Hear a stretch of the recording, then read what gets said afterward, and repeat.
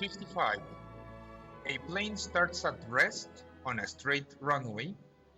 For the first 30 seconds, the plane's acceleration alpha is given as a function of time t by the equation alpha equals beta t squared, where beta is 1/90th meter per second to the fourth power and t is in seconds.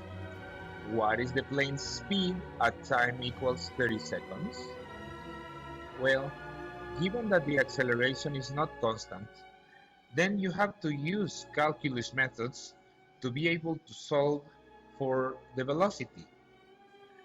Now, we know that the initial velocity is 0, and so if the acceleration is equal to beta t squared, then dv dt is equal to the function beta t squared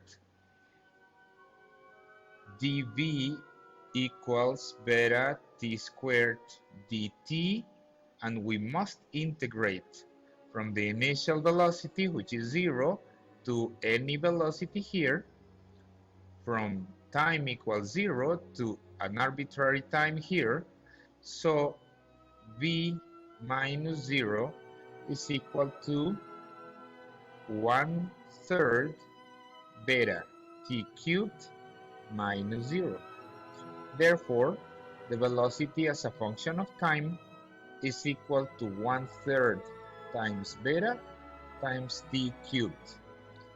So, the speed at 30 seconds should be equal to 1/3 times 1/90th times 30 cubed. 1/3 times 1/90th times 30 to the third power is equal to 100 meters per second, and that's option